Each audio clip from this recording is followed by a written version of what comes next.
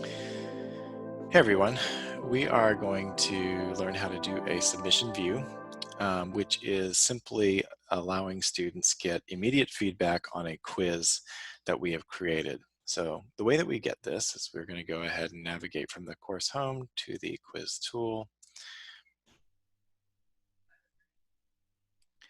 And we're going to find the quiz that we want to give a submission view to. So I have this quiz 1 that's already created, and we're going to navigate to submission views here.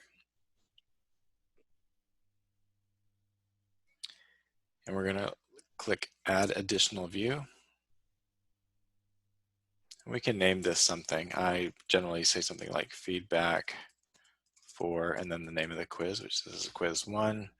We can give a message if we want. We can include anything, a video, an audio file, picture, a link, all of those sorts of things. And then we can restrict when students can see it. If we leave it as it is, this is today's date, this is today's time, from now on it will be available. And so this marks the beginning of when a submission view is available. Leave the IP address alone in the limited duration unless you want to allow them only a couple of minutes to view the quiz. But what's really important is that you click yes here.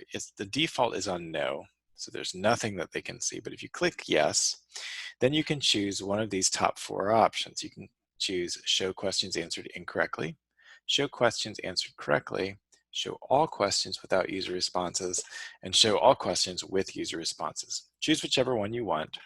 And then you can get to select whether you want to show the question answers and also show question score and out of score. That is completely up to you. But again, if you click the no here, then they get to see nothing. Let's make sure that is yes. And after we go through there, you can allow them to see what they scored overall.